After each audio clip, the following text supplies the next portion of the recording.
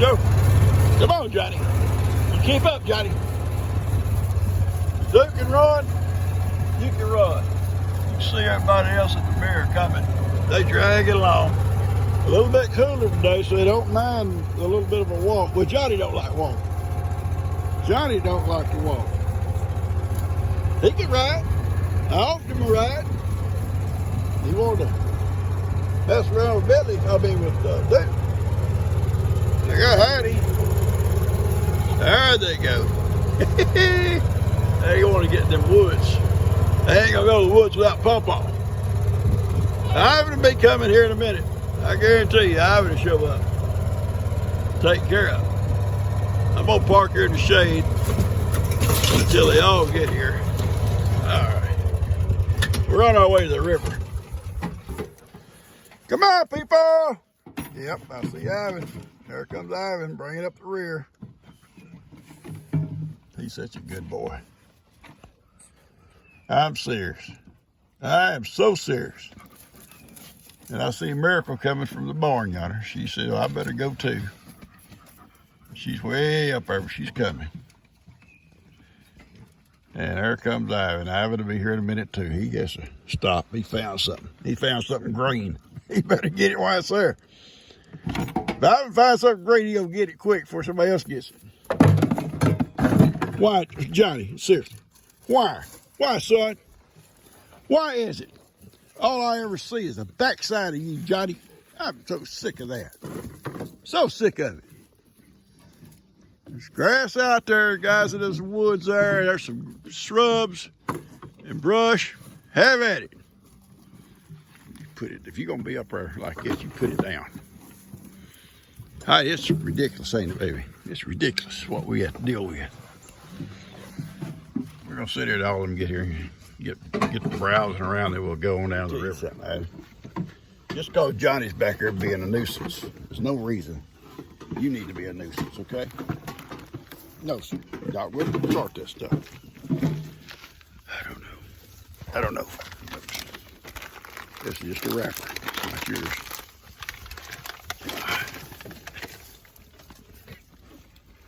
And Miracle's here. Johnny, get down. Ivan's here. And now that all the goats are here, we're gonna go ahead and ease off down the river and show y'all what we gotta do. Ivan, you gotta stay with these guys, okay? You gotta stay here. Johnny, you gotta get out. Johnny. I love you, big boy. But seriously.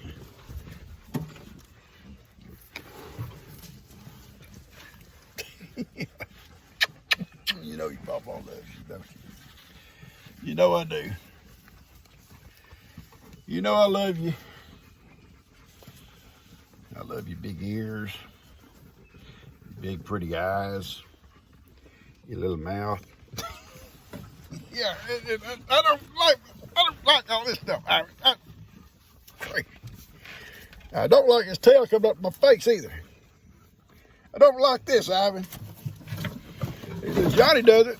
I can do it too. He making Johnny get out of the bag. I love it. Make him get out.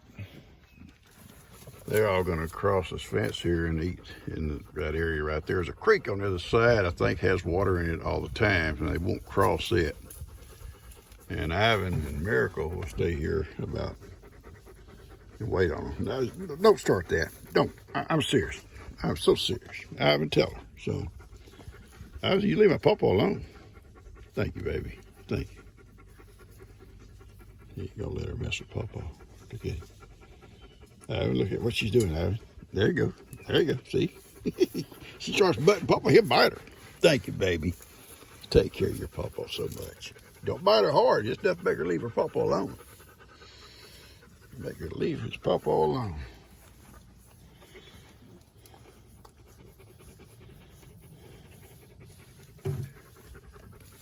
Okay, we've been to the river. We've done some stuff. I moved some stuff around at the barn. I'm fixing to go up and do that row of brick. And got to check with my boss, Kim. I think it's going to be high enough for what we want to do. I can't go too high Well, I can go higher. I've got to get my stovepipe through that wall. I don't want to be up in the way I take brick down. Excuse me.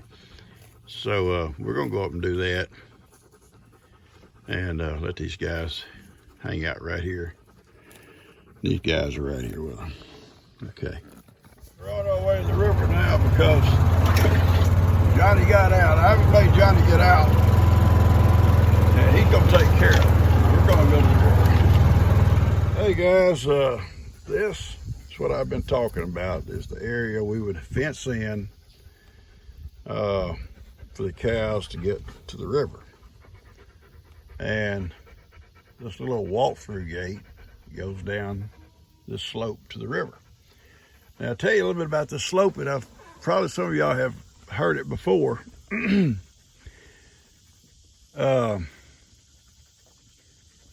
This property,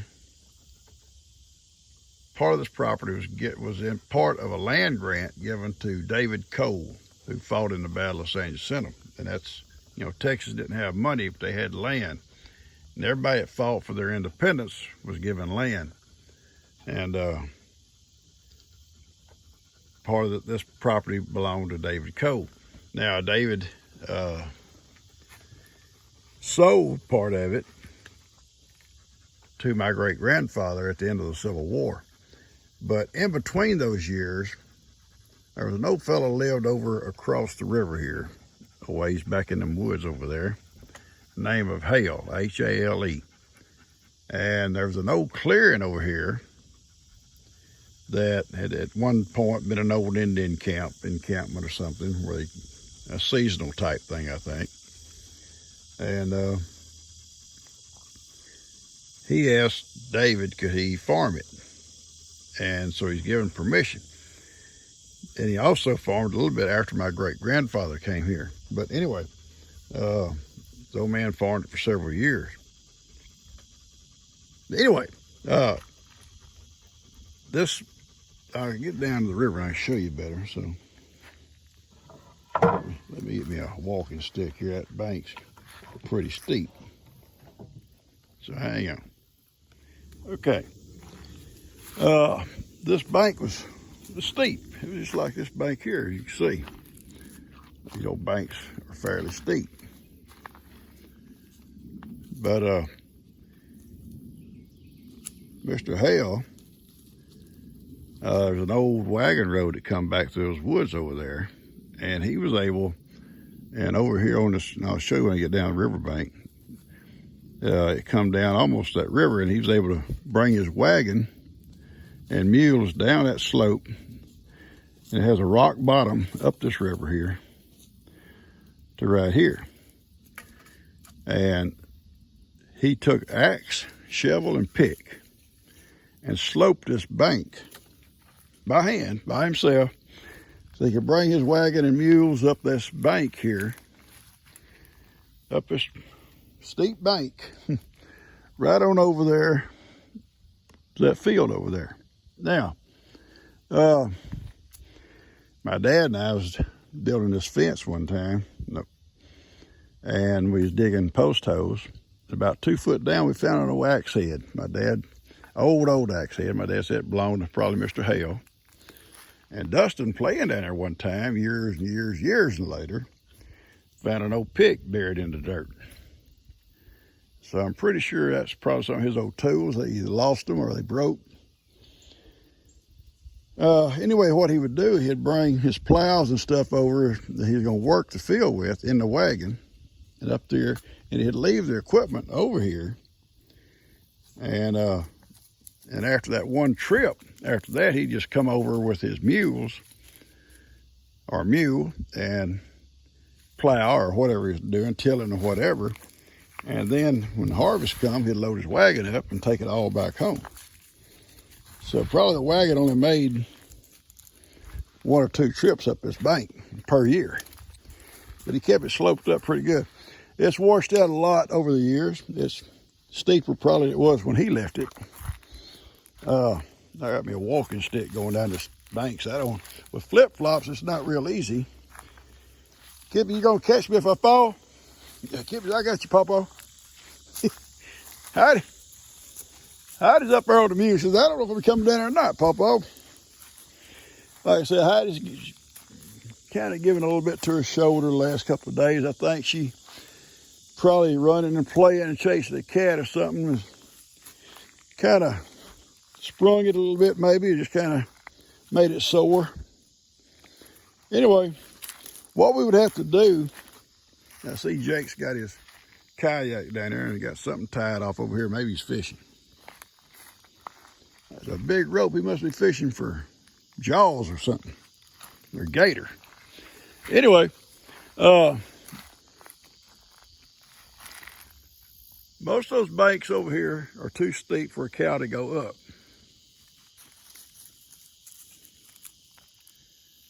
But on over here, they can. It's shallow up that way. They can just wade up and go out over there. So we'd have to put a fence coming down this bank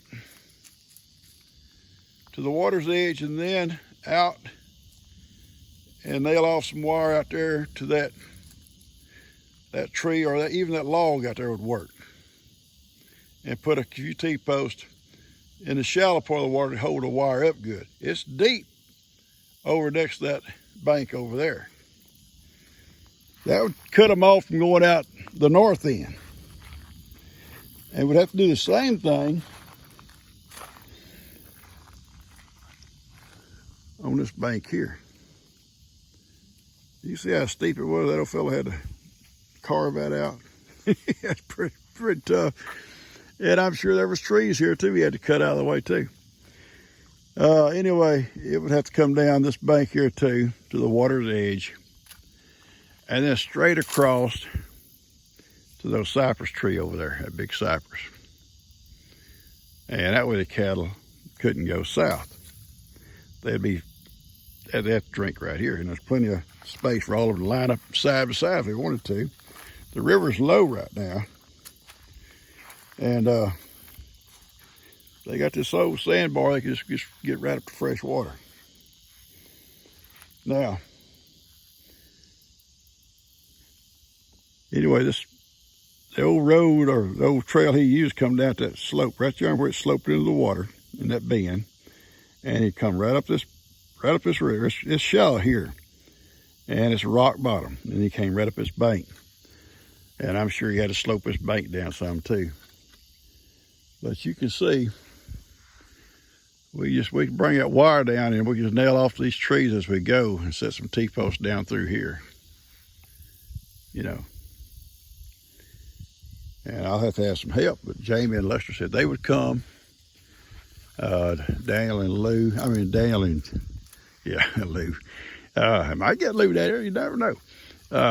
Daniel and Bree, Jake, Alyssa maybe come, and Kim.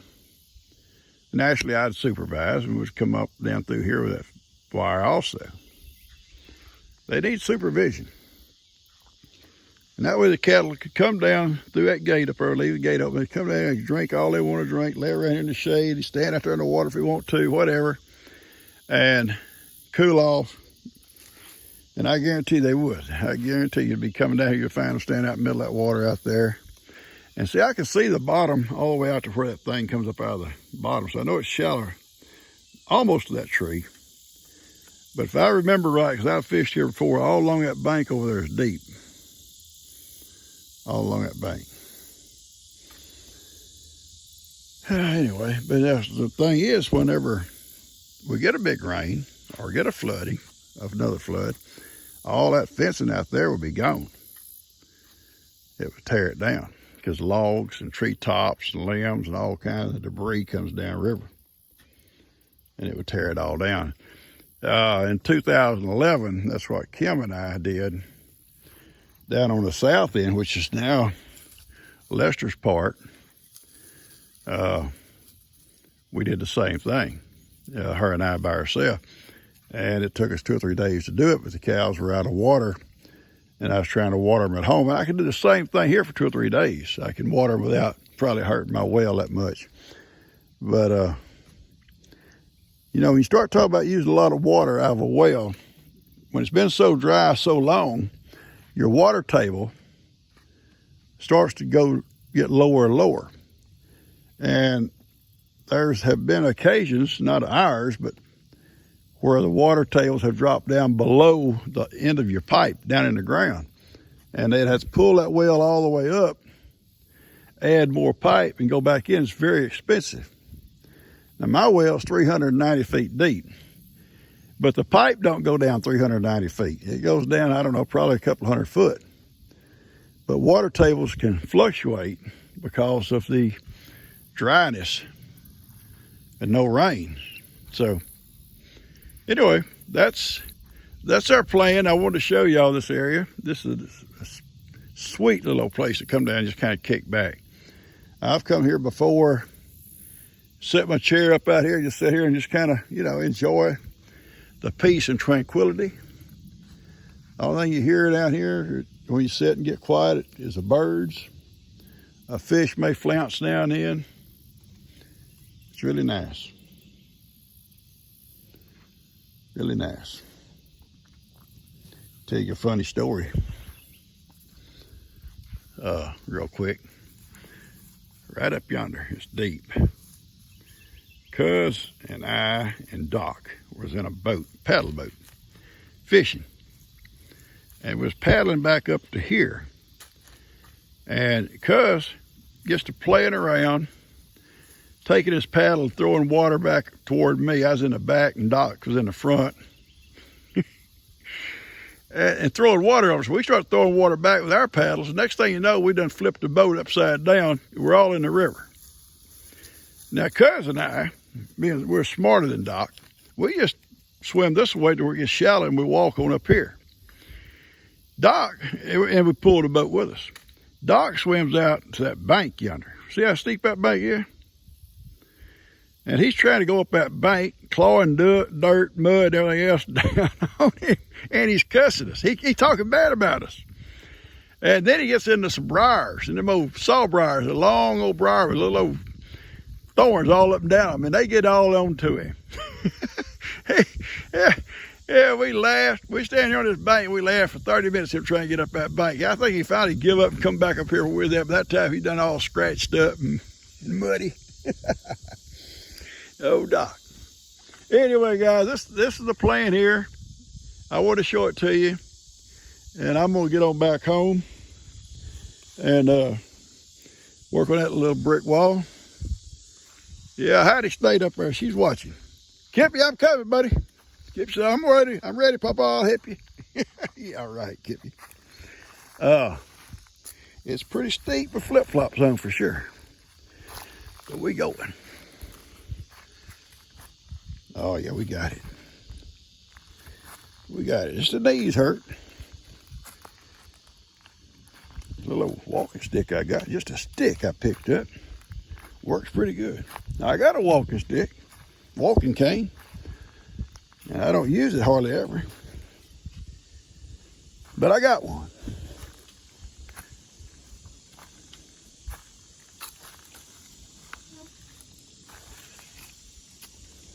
Okay. I'm going to close the skate up and we're going to be out of here, guys. Catch you guys later. Hope you enjoyed the little tour. Hope I didn't make you dizzy. You know how I am. You know how I am.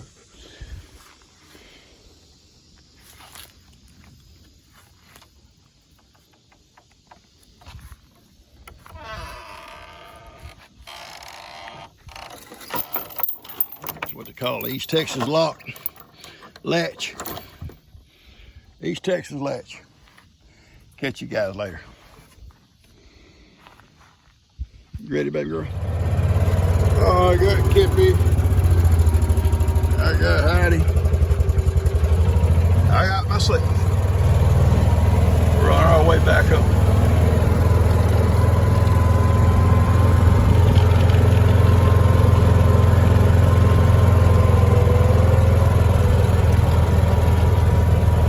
Hope you enjoyed this little tour. I love going down the riverbank sometimes in my chair and just sitting there and just sitting by the edge of the water and watching the water flow by. Fish flounce around a little bit. But I have the the time. I ain't had time lately.